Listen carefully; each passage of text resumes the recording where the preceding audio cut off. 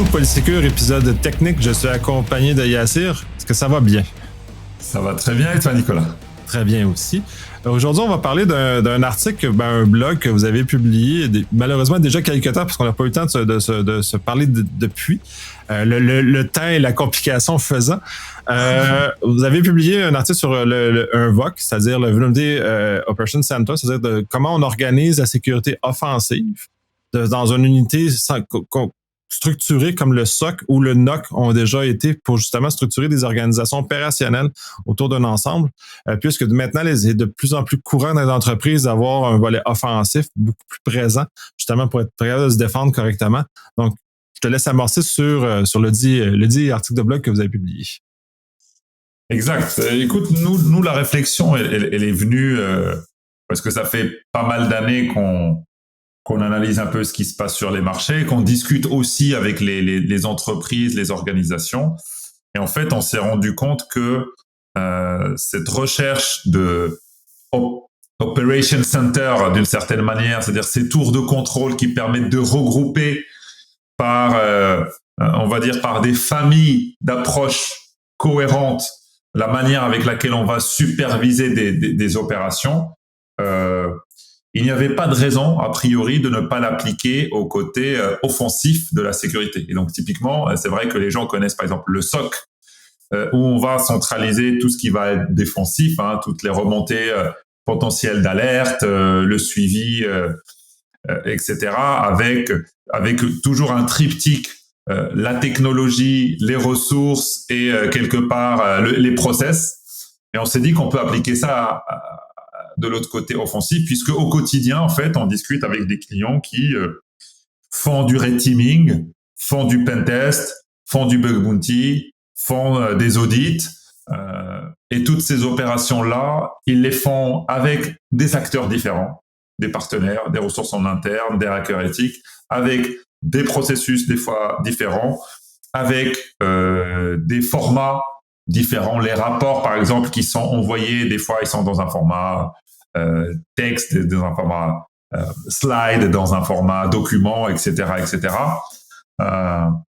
Et donc, il y a un vrai enjeu en termes de gain de temps, en termes de rationalisation et d'objectivation de ce qui est fait sur ces typologies de missiles pour se dire, est-ce qu'on ne peut pas centraliser ça quelque part? Et donc, c'est comme ça qu'on est venu avec cette idée de VOC, Vulnerability Operations Center, pour dire, on souhaite pousser des plateformes qui va permettre à nos clients de superviser tout ça. Et donc, on a testé le discours, comme tu peux l'imaginer, parce qu'on s'est dit, des fois, on peut avoir des noms qui claquent, mais la réalité, c'est qu'il n'existe rien derrière. Et on veut quand même rester un peu raccroché à la réalité. Et ça a fait sens. Et depuis qu'on a démarré ce concept, par exemple, nous, sur Yogosha, on a 3 grandes familles de services que les clients peuvent activer. Donc, le bug bounty, le VDP et le pentest as a service.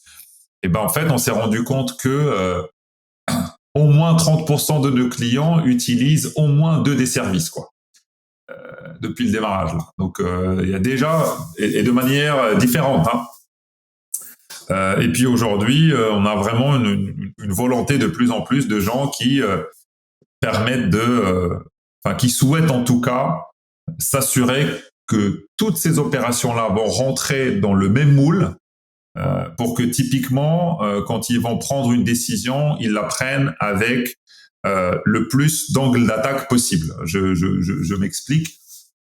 Je donne un truc anecdotique. Si un test d'intrusion interne, un test d'intrusion avec un partenaire et un bug bounty, les 3 convergent sur une vulnérabilité quelque part sur un asset, c'est qu'il y a un problème avec l'entité qui gère l'asset, quoi. C'est-à-dire que ça ne devrait pas se produire. On devrait voir ça comme des lames de rasoir. Et en fait, c'est le genre de choses qu'on ne peut pas voir forcément quand ces opérations-là sont distinctes, c'est-à-dire qu'elles sont gérées par des réunions, par des emails. Mais quand on rentre ça dans une tour de contrôle avec un dashboard unifié, avec des éléments de comparaison, en fait, on réduit ce genre de risque. Et ce genre de risque, qu'est-ce qu'il permet de faire? Il permet de gagner du temps.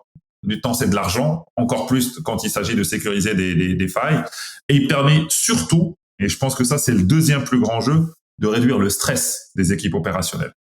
Et ça, pour moi, c'est un des indicateurs importants Et c'est un des enjeux des équipes de sécurité aujourd'hui, le plus important, c'est qu'il y a une charge mentale auquel ils font face qui est extrêmement élevée. Et enfin, il y a plein de ressources qu'on pourrait partager sur des études qui convergent sur le fait que toutes les équipes sécurité aujourd'hui, quel que soit le secteur, quel que soit le monde et tout, toutes les équipes démontrent ou déclarent des niveaux de stress qui sont de l'échelle de 8 sur 10 et plus. 8 sur 10, c'est traumatique. C'est quelqu'un qui dit de manière régulière, je ressens objectivement ou subjectivement, je ressens un stress de 8 sur 10 au quotidien dans mon travail. C'est quelqu'un qui va finir avec une dépression ou quelqu'un qui va faire une grosse erreur, quelqu'un qui va démissionner. Je veux dire, il n'y a pas 36 000 manières de le voir. Et ça fait partie aujourd'hui des enjeux et c'est pour ça que nous, on pousse vers ça en disant comment on peut d'un côté faire gagner du temps pour de la prise de décision en unifiant un peu les formalismes. Deuxièmement, réduire la charge de stress parce que une personne qui se bat contre des moulins à vent, et il y a beaucoup de RSSI qui vous disent ça, j'ai abandonné parce qu'on trouve, mais personne ne veut corriger. Vous voyez, c'est voilà. Ou en fait, ça on l'a vu ici, mais on l'a pas vu par une autre opération. Ça n'est plus possible. En 2022, on ne peut plus accepter ce genre de choses. En tout cas, on ne peut plus le laisser comme des pratiques. On peut pas le laisser sans structure. C'est essentiellement ça. Puis c'est ça qui est parce que tu sais, il y a eu un virage depuis plusieurs années. On va parler de red teaming. On est très content de se parler de ces éléments-là, mais c'est encore dans un contexte où puis on parle de hunting aussi. On parle de contexte de cette nature-là, mais dans un contexte où les gens partent, mais comme des chasseurs et non comme des éléments structurés. Fait qu'on s'en va pas comme de façon, fait qu'on s'en va un peu artisanal de notre cache, puis on va faire du hunting. Contre là, le fait d'amener le VOC comme étant une notion, mais là, on ne cherche plus de façon artisanale, mais on structure les éléments justement pour être prévisible. Et puis c'est ça que les gens, peut-être en cyber, ont un peu plus de difficultés. Les SOC l'ont vécu.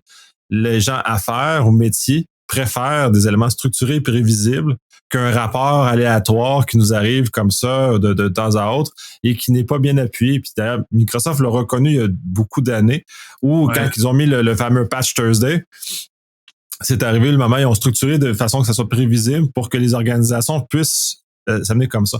À ce moment-ci, puis on est encore dans un univers où les vulnérabilités sont découvertes de façon aléatoire, autant au niveau des produits commerciaux qu'on acquiert, autant de nos propres systèmes qu'on développe à l'interne, c'est aléatoire, puis c'est mal reçu, puis justement, c'est pour un facteur, pas le seul, qui fait que les RSI sont un peu laissés à eux-mêmes à ces éléments-là parce que les gens métiers ne les prennent pas autant au sérieux, là.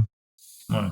Mais parce qu'en fait, il y a pour moi un enjeu de transformation de ces approches, comme tu le dis, le red teaming, le pen testing, etc., qui dans les faits, dans la pratique, peuvent être artisanales, hands-on, voilà, ça c'est normal. Mais le vrai enjeu, c'est qu'il faut capter tout ça et il faut le transformer en connaissances formelles pour les équipes pour qu'elles puissent après s'améliorer dans le temps. Et en fait, ce passage-là de la pratique vers comment, d'un exercice de red teaming, je vais améliorer ma connaissance de ma société, de mes équipes de sécurité pour en faire quelque chose que je peux reproduire, que je peux traquer, que je peux suivre. En fait, c'est là où il y a un vrai enjeu et c'est de là devient ce côté prévisible, formaliste. C'est-à-dire, il ne faut pas non plus se dire, je vais prévoir ce que va faire le red teaming, mais je vais prévoir l'output pour pouvoir le digérer et pour pouvoir en faire un apprentissage. C'est comme quand vous dites, vous voulez apprendre les mathématiques à un enfant. Les mathématiques, c'est extrêmement large. Néanmoins, il y a de la didactique, il y a de la pédagogie, il y a un formalisme à respecter pour que petit à petit, on ingurgite ça de telle façon à ce que ça modifie au fur et à mesure mes connaissances, moi-même, du monde qui m'entoure. Et donc, c'est là où il y a un vrai enjeu sur, d'un côté, amener du process, parce que toutes ces opérations-là, si on veut les voir un peu de manière méta, elles se résument toutes à une ressource donnée, un individu, une équipe, donc une ressource, c'est une personne ou une équipe, qui va, dans un laps de temps donné, trouver des failles et les documenter. Tout. La contrainte, les différences, c'est est-ce que le temps il est court, est-ce qu'il est lent, est-ce que c'est un temps déclaré, pas déclaré, mais dans tout le reste, ça s'arrête à ça. une équipe, une ressource qui va trouver des failles sous contrainte précise. Et donc ça, il faut le sortir, il faut être capable de le remonter, de le traquer, et pour pouvoir dire derrière où est-ce que je dois mettre mon énergie, où est-ce que je dois corriger vite, où est-ce qu'il n'y a pas d'enjeu, quelles sont les personnes les plus pertinentes et sur quelles thématiques elles sont les plus pertinentes. Parce qu'il y a aussi un sujet d'affectation, ça veut dire que si un petit peu vous êtes en mode chaotique quand vous testez et que vous mettez des personnes qui sont très très bonnes sur le réseau pour tester des applications mobiles, vous n'allez pas forcément avoir de super résultats. Donc la capacité à se dire tel individu, tel pentester, tel red teamer, tel voilà, il est très très bon sur ce sujet-là, et pouvoir pour le coup classer tous vos red teamers, tous vos pentesters, etc. avec des compétences spécifiques clés, bah il y a un vrai enjeu là-dedans, quoi. Et c'est là où ce genre d'approche intégrée, homogène, avec des tours de contrôle peut prendre tout son sens, quoi. Oui, bien, un bénéfice de concentrer la connaissance, la compétence, justement, de ces éléments, parce que c'est pas les mêmes compétences qu'on va retrouver du côté offensif qu'on va retrouver du côté défensif. C'est un peu, à mon sens, l'erreur qu'on les SOC actuels font, c'est qu'ils mélangent les deux côtés. Là, on parle de Purple Team, puis on veut tout faire ça ensemble. Mais la réalité, c'est que c'est des compétences fondamentales qui sont différentes, puis c'est des gens qui ont des approches qui sont différentes également. Fait qu'on peut pas demander à quelqu'un qui est typiquement offensif de faire du défensif et vice-versa. Puis ça, même si on fait l'effort de le faire, ces gens-là, vont souvent être malheureux parce que les autres, c'est pas dans leur sphère, sont pas là dans leur vie ou sont pas là dans leurs choses. Et ils vont être moins performants également. Fait qu'on est capable de vraiment restructurer les gens avec les compétences. Puis dans le fond, dans des grandes organisations, on est capable d'avoir des équipes distinctes et dédiées à ce genre de choses-là, et d'avoir la tour de contrôle qui met l'arrimage entre les deux, qui permet justement la coordination de ces éléments-là. Mais il reste que fondamentalement, c'est des approches qui sont distinctes et qu'on ne doit pas mélanger non plus parce qu'on n'aura pas le bénéfice. Puis on va épuiser les gens parce qu'on va leur demander des choses. Moi, j'en ai vu des SOC où ils font autant l'offensif-défensif, puis les gens sont à bout de souffle parce que c'est impossible de faire les deux univers en même temps et de façon concurrente avec un nombre très limité de ressources. Fait que c'est juste ça. Et c'est là où c'est très intéressant parce que vous amenez, Yogosha amène une brique très importante, vous amenez la brique offensive qui s'insère dans cet écosystème-là dans lequel on est capable de rehausser la maturité offensive de l'organisation. Non, mais moi, je suis tout à fait d'accord sur le fait de dire, tu as évoqué le Purple Team à juste titre.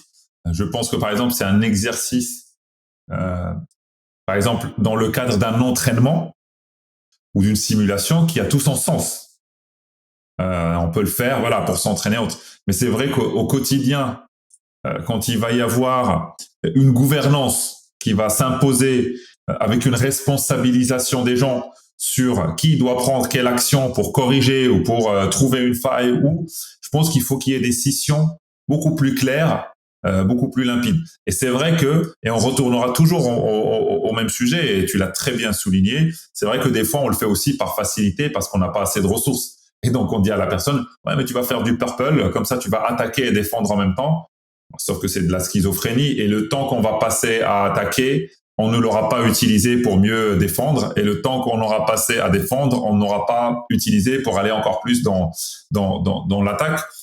Pareil, donc je pense que c'est là où les sujets opérationnels deviennent très critiques et très stressants, parce qu'on arrive à une limite qui est la limite des bandes passantes des uns et des autres.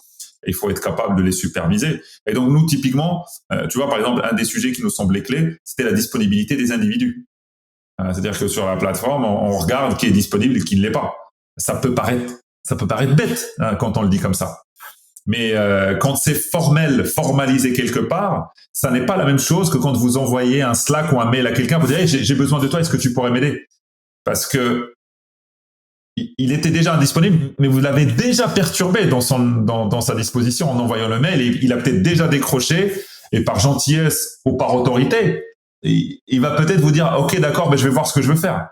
Mais si vous avez déjà des pastilles qui vous disent lui il n'est pas disponible, mais qui vous orientent vers une personne qui est disponible, peut-être que vous allez aiguiller l'énergie très rapidement en disant bon, ça ne sert à rien que j'embête Jean-Baptiste, il est déjà pris, je vais appeler Michel, quoi. Je caricature un peu et je vais le pinguer. Donc il y a des choses comme ça qui relèvent de juste la formalisation de la disponibilité des ressources qui aujourd'hui n'est pas faite parce qu'il n'y a aucun outil central qui permet de dire sur 200 pentesters avec qui je travaille, avec mes partenaires et moi, qui est disponible à l'instant T et qui ne l'est pas, quoi. Voilà. Oui, puis c'est une chose, puis justement, la plateforme est intéressante, puis là, la vôtre, comme les autres aussi, justement, de s'inscrire dans ce regard-là plus grand où on est capable d'avoir des ressources à la demande, et des ressources disponibles et reposées à la demande et retirer la pression sur ses employés, justement, qu'on est capable d'aller, la fameuse élasticité du cloud, mais l'élasticité au niveau humain, elle se répercute par des plateformes comme celle de Yoga par exemple, et les autres aussi, là, c'est sûr, je parle avec toi, c'est que je favorise la tienne, mais il reste que ces plateformes-là permettent justement cette élasticité-là de capacité des organisations, puis dans un contexte en plus où il y a de moins en moins de gens disponibles sur le marché, ou de plus en plus difficile à recruter des gens compétents qu'on a besoin, puis qu'on a ça, puis en même temps, il faut aussi recruter les gens qui débutent. Là. Puis là, c'est là l'autre aussi, la dissonance, c'est qu'on veut tous les experts, mais on faut en même temps laisser la chance aux non-experts, ceux qui débutent, de pouvoir monter en compétences. Donc, on est dans un problème. Fait que, oui, on faut embaucher les deux, mais en même temps, on est capable de suppléer l'élément de compétences quand on n'est pas capable de l'embaucher avec des plateformes. C'est ça l'élasticité, c'est ça le crowdsourcing, c'est ça d'aller chercher plus loin. Là. Exactement. C'est exactement ça l'idée. Et c'est vrai que tous les problèmes que tu décris d'accès aux ressources, c'est des problèmes systémiques, c'est-à-dire que toutes les études qui existent en large, en travers, sans balancer de chiffres, elles démontrent que les pénuries sur des profils cybersécurité sont des pénuries, ce que j'appelle moi des pénuries structurelles. C'est-à-dire que nos sociétés, par essence, l'éducation, les systèmes d'éducation, les écoles, les systèmes de formation n'ont pas été pensés pour produire assez de profils qui ont ces casquettes-là. Donc maintenant, on commence à le faire. On commence à voir apparaître des initiatives, des masters spécialisés en fin de parcours, ou voire même des parcours cyber. Et ça va donner des résultats à un horizon donné. Le problème, c'est que, allez, on va dire, ça va donner des résultats dans 5 ans, par exemple, d'accord.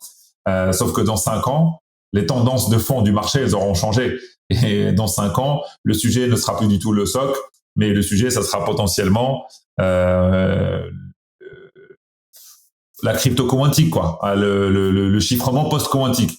Le problème, c'est que le chiffrement post-quantique, les boîtes de R&D, les vraies, elles sont déjà en train de le faire maintenant et de l'implanter, donc elles auront une longueur d'avance. Les écoles ne sont pas conscientes de ça. Ça va se diffuser sur le marché. Dans 5 ans, ça va devenir un besoin. On va commencer à rétropédaler pour former des gens rapidement. Entre-temps, il y aura une nouvelle technologie de rupture qui va apparaître.